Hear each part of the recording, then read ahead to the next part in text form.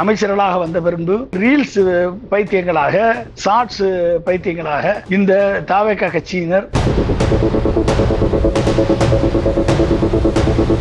முதல்வரிடமிருந்து எந்த விதமான media, press briefing எதுவுமே இல்லாத பொழுது முதல்வர் வெறும் தலையாட்டி பொம்மையாக உட்கார்ந்து இருக்கிறார் என்ற தமிழ்நாட்டில இருந்து வர ஒரு முதல்வரும் தமிழ் ஜேர்னலிஸ்ட் இங்க இருக்காங்க சார். எக்ஸிகியூட்டிவ் சிஎம் திரு ஆதவர்ஜுனா அவர்களும், ஆக்டிங் சிஎம் திரு விஜய் அவர்களாக தான் இருக்கிறார் என்று ஒரு அமைச்சரே சொல்கிறார். எனக்கு சுற்றுலாத்துறை ஒதுக்கி இருக்கிறது என்று ஒரு அமைச்சர் சொல்கிறார். அவருக்கு சுற்றுச்சூழல் துறை என்பது கூட தெரியாதவர்கள் எல்லாம் அமைச்சராக்கப்பட்டிருக்கிறார்கள். இன்றைக்கு சட்டம் ஒழுங்கு சந்திரிக்கக்கூடிய நிலைமைக்கு தள்ளி இருக்கிறது திரு விஜய் அவர்கள் தலைமையிலான அரசு.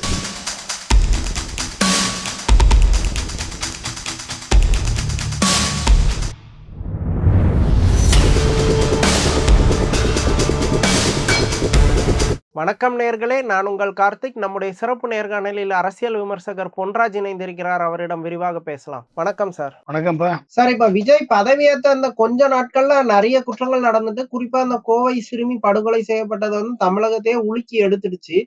அந்த விஷயங்கள்ல எல்லாம் விஜய் தரப்பு இல்ல ஆளும் அரசு செலுத்தக்கூடிய கவனம் போதுமானதா இருக்கா? நீங்க எப்படி பாக்குறீங்க? அவர் பதவிக்கு வரும் முன்பு என்ன சொன்னாரோ, பதவிக்கு வந்த பின்பு அதை அவர் கடைபிடிக்கவில்லை என்பதுதான் அவரது 10 நாட்கள் ஆட்சியிலே, 2 வார ஆட்சியிலே நாம் கண்ட உண்மை. பதவிக்கு வருவதற்கு முன்பாக சிறுமிகள், குழந்தைகள், வேலைக்கு செல்பவர்கள் பாதுகாப்பாக இல்லை என்ற மிகப்பெரிய ஒரு குற்றச்சாட்டை தமிழக அரசின் மீது, ஸ்டாலின் அவர்களது ஆட்சியின் மீது வைத்தார் திரு விஜய் அவர்கள். இன்றைக்கு அவர் ஆட்சிக்கு வந்த பின்பு இதைவிட அதிகமான குற்றங்கள், கொலைகள், சிறு குழந்தைகளுக்கும் பெண்களுக்கும் எதிரான கொலைகள் தொடர்ந்து நடந்து கொண்டிருக்கிறது. இதில் இதில் இதில் இதை தடுக்க கூட சிங்கப்பெண் படை அமைத்தார். அந்த சிங்கப்பெண் படை எங்கே இருக்கிறது என்று யாருக்கும் தெரியவில்லை.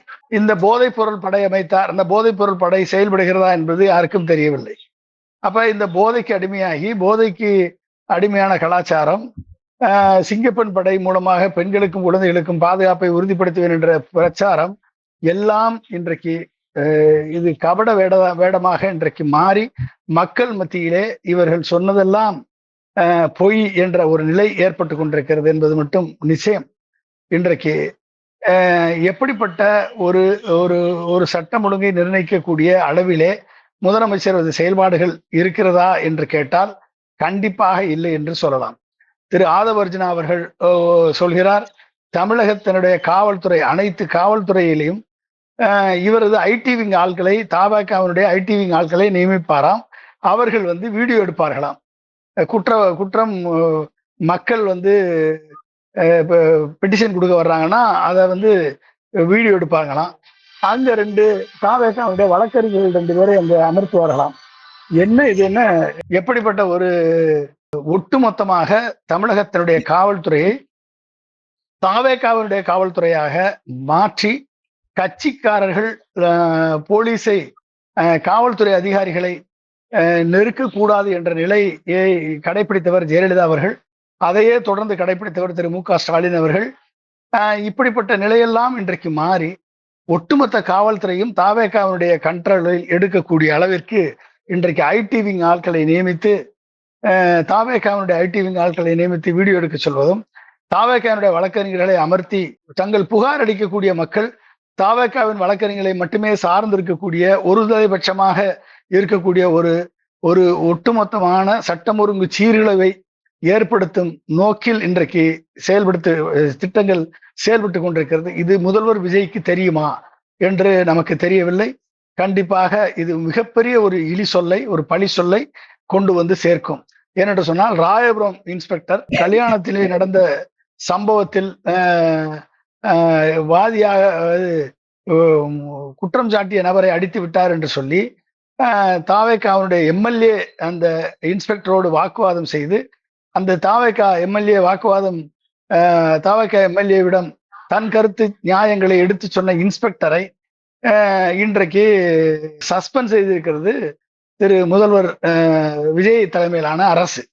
அப்படி என்றால் எந்த காவலர் இனிமேல் தாவேகா கட்சிக்காரர்கள் இனிமேல் காவல்துறைக்கு வந்து ஏதாவது சொன்னால் அவர்கள் சொல்வதை கேட்டு மட்டும்தான் நீங்கள் செயல்பட வேண்டும் என்ற ஒரு உண்மையை, ஒரு ஒரு ஒரு விஷயத்தை இன்றைக்கு தாவேகாவினுடைய முதல்வர் திரு விஜய் அவர்கள் இன்றைக்கு காவல்துறையை புரிந்து கொள்ளும்படி, எங்கள் தாவேகா கட்சிக்காரர்கள் சொல்வதை ஏற்க மறுத்தால் நீங்கள் சஸ்பெண்ட் செய்யப்படுவீர்கள், இல்லை என்றால் டிஸ்மிஸ் செய்யப்படுவீர்கள் என்ற ஒரு பய உணர்வை காவல்துறை மத்தியிலே ஏற்படுத்தி இன்றைக்கு சட்டம் ஒழுங்கு சந்திரிக்கக்கூடிய நிலைமைக்கு தள்ளி இருக்கிறது திரு விஜய் அவர்கள் தலைமையிலான அரசு என்பது இன்றைக்கு மக்கள் பார்த்து கொண்டிருக்கிறார்கள்.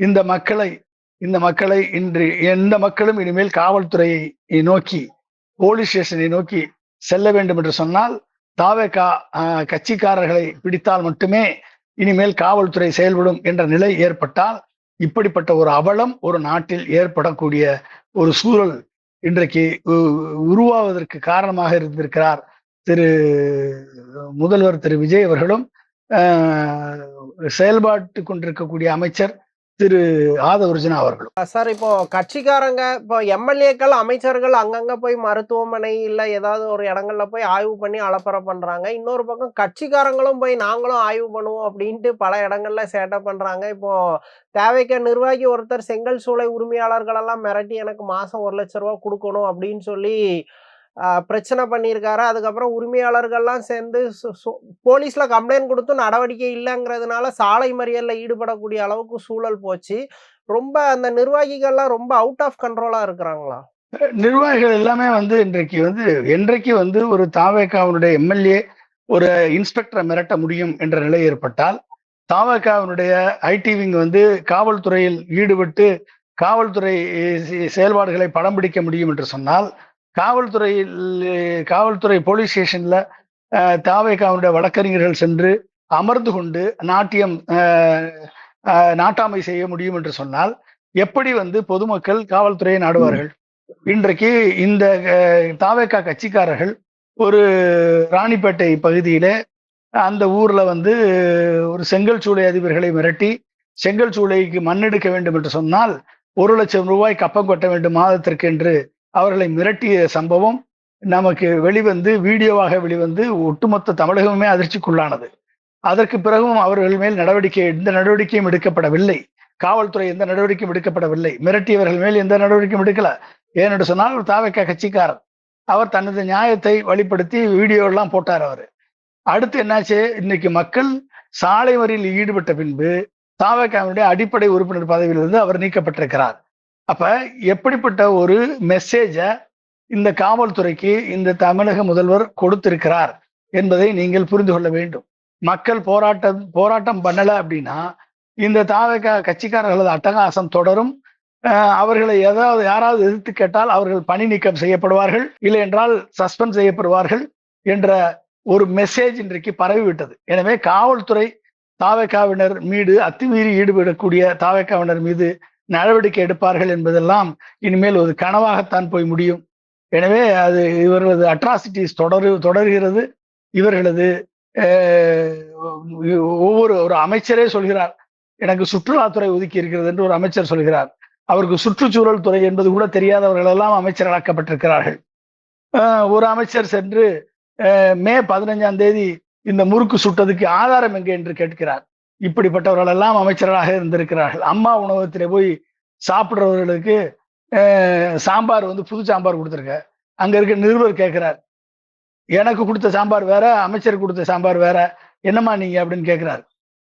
ஏன்னா இப்படிப்பட்ட அதாவது ரீல்ஸ் பைத்தியங்களாக, ஷார்ட்ஸ் பைத்தியங்களாக இந்த தாவேகா கட்சியினர் அமைச்சர்களாக வந்த பின்பு அதிகாரிகளை மிரட்டுவது, பொதுமக்களை மிரட்டுவது, தொழில் கூடங்களை மிரட்டுவது, தொழில் அதிபர்களை மிரட்டுவது என்ற செயல்களை இவர்கள் ஈடுபட்டு கொண்டிருக்கிறார்கள் என்பது தினந்தோறும் வரக்கூடிய செய்தியாக இருக்கிறது. இந்த நிலையை தினமும் ஒரு படுகொலை நடக்கிறது, சட்டம் ஒழுங்கு சந்திச்சிருக்கிறது. இதையெல்லாம் விட்டு தமிழக காவல்துறையை அதிகார துஷ்பிரயோகத்திற்கு, பழிவாங்கலுக்கு அவர்கள் பயன்படுத்தி கொண்டு வருகிறார்கள் என்பது அவர்களது செயல்களிலிருந்து வெளிப்படையாக தெரிகிறது. சார், இப்போ கோயம்புத்தூர் விஷயம் வந்து தமிழ்நாட்டையே புரட்டி போட்டுச்சு. அந்த விஷயத்துக்கு வந்து இன்ஸ்டால இருக்கிற இன்ஃப்ளூயன்சர்லாம் திமுக தான் ஆள விட்டு இப்படி பண்ணுது. அந்த குற்ற செயல்ல ஈடுபட்டவன் வந்து திமுகவோட ஃபாலோவர், இந்த மாரியான ஒரு நரேட்டிவ கிளப்பி விடுறாங்க. திமுக சட்ட அணி வந்து விளக்கம் குடுக்குற அளவுக்கு அந்த விஷயம் தீவிரமா போகுது. லட்சக்கணக்கான மக்கள் அத உண்மைன்னு நம்புறாங்க. உண்மையிலே திமுக தான் ஆள விட்டு பண்ணிட்டு அப்படின்னு நம்புறாங்க. இந்த மாரியான சூழல்ல தாவேக்கா அரசு பண்ணக்கூடிய தப்புகள மக்கள்ட்ட கொண்டு போய் சேர்க்க முடியுமா? அது முடியாதுங்க. அது வந்து நீங்க 41 பேர் கரூர்ல செத்ததே திமுகவால தான் செத்ததுன்னு சொல்லி நிரூபிச்சுட்டாங்க. அந்த பிரச்சாரத்துக்கு போனது விஜய் கிடையாது, செந்தில் பாலாஜின்னு நிரூபிச்சுட்டாங்க. அந்த 41 பேர் செத்ததுக்கு காரணம் திமுகவும் செந்தில் பாலாஜியும் தான் என்று வந்து மக்களை நம்ப வைத்து ஓட்டு வாங்கி ஜெயிச்சு வந்துட்டாங்க. இனிமேல் அவர்கள் சொல்வதுதான், அவர்கள் என்னென்ன சொல்றாங்களோ அதான் நெரேட்டிவ். அவர்கள் வந்து இன்ஸ்டாகிராம்ல வந்து இன்னைக்கு கன்சியூமர் எக்கானமியே மாறி போச்சு. விளம்பரத்தை பார்த்து தான் நம்ம வந்து ஒரு பொருளை ஆர்டர் பண்றோம். விளம்பரத்தை பார்த்து தான் நம்ம உணவை கூட தேர்ந்தெடுக்கிறோம். விளம்பரத்தை பார்த்து தான் நமக்கு தேவையான பொருட்களை நம்ம வாங்குறோம். அப்ப என்ன ஆகுது அப்படின்னா, இப்படிப்பட்ட விளம்பரங்களை நம்பி நம்பி நம்பி நம்பி ஷார்ட்ஸ் ரீல்ஸை பார்த்து நீங்க ஆர்டர் பண்ணக்கூடிய பொருள்கள் உங்களுக்கு தரமான பொருள்களாக வருமா என்று நினைத்தால் கண்டிப்பாக அது தரமான பொருளாக கிடைக்காது. அப்ப என்ன ஆகுது அப்படின்னா வந்து மக்கள் வந்து இதெல்லாம் பார்த்து ஏமாறக்கூடிய நிலையிலே இருக்கும் பொழுது ஆட்சியாளர்களும் அதை வைத்துத்தான் ஏமாற்றுவார்கள். எனவே வந்து நடக்கிற கொலைகள் அத்தனைக்கும் காரணம் திமுக தான், அத்தனையும் தூண்டியவர் ஸ்டாலின் தான் என்று சொன்னாலும் இந்த மக்கள் நம்புவார்கள் என்ற நிலை இருக்கும் பொழுது அதுவரை இது தொடரும். எனவே எதிர்க்கட்சிகள் எல்லாம் அமைதியாக அமர்ந்து இதை வேடிக்கை பார்த்தால் மட்டும் போதும். ஏனென்றால் கடவுளின் ஆட்சி நடக்கிறது. எது நடந்தாலும் அவர் வந்து அதை சரி செய்து விடுவார் என்று நம்பக்கூடிய மக்கள் இருக்கும் வரை நீங்கள் வந்து எந்த போராட்டத்திலும் ஈடுபட தேவையில்லை. எப்படிப்பட்ட ஒரு விழிப்புணர்ச்சியும் ஏற்படுத்த தேவையில்லை. எந்த மக்கள் எதன் மூலமாக நம்பி ஏமாந்தார்களோ அதே மக்கள் அதே அட்வர்டைஸ்மென்ட் மூலமாக இந்த அரசை தாங்களே எதிர்க்கக்கூடிய காலம் வரும். அப்பொழுது தேடுவார்கள் உண்மையான தலைவனை. ஆனா அதுக்கு முன்னாடி இப்போ நடக்கிற எல்லா தப்புக்கும் இப்போ கரண்ட் கட்டு அவ்வளவு தூரம் சென்னையில நடந்திருக்கு. எல்லாரும் மக்கள்கிட்ட போய் இது திமுக தான் ஆள வச்சு கட் பண்ணுது அப்படின்னு ஒரு விஷயத்த கலப்புறாங்க. அவங்களும் நம்புறாங்க, ஆமா திமுக தான் ஆள வச்சு பண்ணுதுன்னு. இப்படியான ஒரு சூழல்ல வந்து திமுகவால எப்படி அரசியல் பண்ண முடியும்? அவங்களோட தரப்பு நியாயத்தை எப்படி மக்கள்கிட்ட கொண்டு போக முடியும்? எனக்கு எதிர்கட்சியா இருந்தா கூட திமுக வந்து கரண்ட் கட் பண்ண முடியும் என்று நிரூபித்திருக்கிறது என்பது வந்து திமுக கிரெடிட் தானே. எதிர்கட்சியா இருந்தா கூட இந்த ஆட்சியை செயல்பட விடாமல் செய்யக்கூடிய அளவுக்கு வல்லமை பெற்றவர்களாக திமுக இருக்கிறது என்பது ஒரு கிரெடிட் தானே. அப்ப வந்து இதெல்லாம் மக்கள் நம்புறாங்க அப்படின்னா எவ்வளவு காலம்தான் ஏமாற்றுவார்கள் சொல்லுங்க பாப்போம். எவ்வளவு காலம் தான் ஏமாற்ற முடியும்? ஓகே, அதாவது ஒரு பட்டுக்கோட்டை பாட்டு, எம்ஜிஆர் பாட்டுல ஒரு பாட்டு வரும். உப்புக்கல்லை வைரம் என்று சொன்னால் நம்பி ஒப்புக்கொள்ளும் மூடருக்கு முன்னால் நாம் உளறி என்ன பதறி என்ன ஒன்றுமே நடக்கவில்லை தோழா, இது நடக்குது ரொம்ப நாளா அப்படின்னு சொல்லுவாரு. அது எப்ப சொன்னாரு? கிட்டத்தட்ட அவர் சொல்லியே ஒரு 50-60 வருஷம் ஆச்சு. இன்றைக்கும் அதுதான் உண்மை.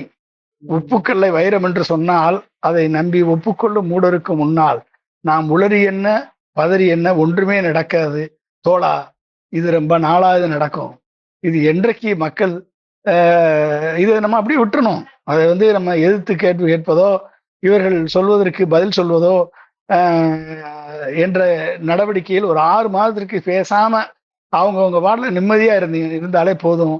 ஆட்டோமேட்டிக்கா இவர்களது தண்டவாளத்தில் ஏறும். ஆதவ் அர்ஜுனா வந்து சூப்பர் சிஎம்மா செயல்படுறாரு, விஜய டம்மியா உட்கார வச்சுட்டு இவர் தான் எல்லா விஷயத்தையும் ஆப்ரேட் பண்றாருன்னு ஒரு விமர்சனம் இருக்கு. உண்மையிலே நீங்க அதை எப்படி பாக்குறீங்க? இப்ப எல்லாரும் சொல்ல ஆரம்பிச்சிருக்காங்க. பல்வேறு அரசியல் விமர்சகர்கள் வந்து இதை வந்து சொல்றாங்க. எனக்கும் அப்படித்தான் தெரிகிறது. ஏனென்று சொன்னால் யாரெல்லாம் கட்சி மாற போகிறார்களோ அவர்கள் எல்லாம் ஆதவ் அர்ஜுனாவைத்தான் முதலில் பார்க்கிறார்கள், துண்டு போடுகிறார்கள், சால்வேணி வைக்கிறார்கள். தலைமைச் செயலகம் தாவேக்கா கட்சி அலுவலகமாக மாற்றப்பட்டிருக்கிறது. அது மட்டும் இல்லாமல் எல்லா துறைக்கும் பதில் சொல்லக்கூடிய அமைச்சராக திரு ஆதவ் அர்ஜுனா தான் இருக்கிறார். அனைத்து துறை அதிகாரிகளையும் தன் கண்ட்ரோலில் வைத்திருக்கக்கூடிய அமைச்சராக திரு ஆதவ் அர்ஜுனா தான் இருக்கிறார், செயல்பாட்டில் இருக்கிறார். எல்லா துறைக்கும் பதில் சொல்ல முதல்வரிடமிருந்து எந்த விதமான மீடியா பிரஸ் பிரீஃபிங் எதுவுமே இல்லாத பொழுது முதல்வர் வந்து வெறும் தலையாட்டி பொம்மையாக வந்து உட்கார்ந்திருக்கிறார் என்ற ஒரு ஒரு ஒரு ஒரு ஒரு பெர்செப்ஷன் வந்து இப்ப கிரியேட் ஆகியிருக்கிறது. எனவே வந்து செயல்பாட்டு அமைச்சர், அதாவது எக்ஸிகியூட்டிவ் சிஎம் வந்து திரு ஆதவர்ஜுனா அவர்களும், ஆக்டிங் சிஎம் வந்து திரு விஜய் அவர்களாக தான் இருக்கிறார் என்ற விமர்சனங்கள், அதுக்கு சம்பந்தமான ட்ரோல் மெட்டீரியல்ஸ் எல்லாம் இப்ப வந்து கொண்டிருக்கிறது. எனவே இது உண்மையாகத்தான் ஒட்டுமொத்த மக்களுமே ஆதவர்ஜுனா தான் இன்றைக்கு சீஃப் மினிஸ்டர், ஆதவர்ஜுனா தான் ஆக்டிங் சீஃப் மினிஸ்டர் என்று மக்கள் நம்புகிறார்கள், எதிர்க்கட்சி தலைவர்கள் நம்புகிறார்கள், கட்சி மாறக்கூடிய எம்எல்ஏக்கள் நம்புகிறார்கள் என்ற நிலை இன்றைக்கு ஏற்பட்டிருக்கிறது. இது விஜய் அவர்களுக்கு ஒரு மிகப்பெரிய ஒரு ஆபத்தாக சென்றுதான் முடியும் என்பதை விஜய் உணராவிட்டால் கண்டிப்பாக தமிழக முதல்வர் திரு விஜய் இதற்கான பலனை கூடிய சீக்கிரம் அனுபவிப்பார் என்பது மட்டும் உறுதி. Sir, final question. இப்போ 4 எம்எல்ஏக்களோட இடம் வந்து வேக்கண்ட்னு அறிவிச்சிருக்காங்க. ஏற்கனவே விஜய் ராஜினாமா செஞ்சிருந்தாரு. இன்னும் நிறைய பேர் ராஜினாமா செய்ய வாய்ப்பு இருக்கு. குறைஞ்சது ஒரு 10 தொகுதிக்காவது இடைத்தேர்தல் வரும் பட்சத்துல அது வந்து விஜய்க்கு சாதகமா இருக்குமா, அல்லது திமுகவுக்கோ அதிமுகவுக்கோ சாதகமா இருக்குமா? நீங்க எப்படி பாக்குறீங்க? இந்த 4 தொகுதியில ஒரு தொகுதி தான் விஜய் ஜெயிச்ச தொகுதி. மிச்ச 3 தொகுதி அனைத்து இந்திய அண்ணா திராவிட முன்னேற்ற கழகம் ஜெயிச்ச தொகுதி. எனவே அனைத்து இந்திய அண்ணா திராவிட முன்னேற்ற கழகம் மீண்டும் அந்த தொகுதியை கைப்பற்றுவதற்கு அனைத்து முயற்சிகளையும் எடுக்கும். விஜய் அவர்கள் ஜெயித்த தொகுதியில் அவர் ஜெயிப்பதற்கு வாய்ப்பு இருக்கிறது, திருச்சி கிழக்கில். ஸோ எனவே வந்து, ஆனால் இந்த 3க்கும் ஒரு தொகுதிக்கு, விஜய் கிழக்கு தொகுதிக்கு தேர்தல் நடப்பதற்கு வாய்ப்பு இருக்கிறது. மற்ற 3 தொகுதிகளுக்கு தேர்தல் நடக்குமா என்பது எடப்பாடி பழனிசாமியினுடைய கையில் இருக்கிறது. அவர் சுப்ரீம் கோர்ட்டை நாடினால் கண்டிப்பாக இப்போதைக்கு தேர்தல் வராது. ஒரு 2 வருட காலங்கள் தேர்தல் நடப்பதற்கு வாய்ப்பில்லை என்றுதான் நான் கருதுகிறேன். தமிழ்நாடு அரசியல் குறித்து பல விஷயங்களை விரிவா பேசுனீங்க. ரொம்ப நன்றி.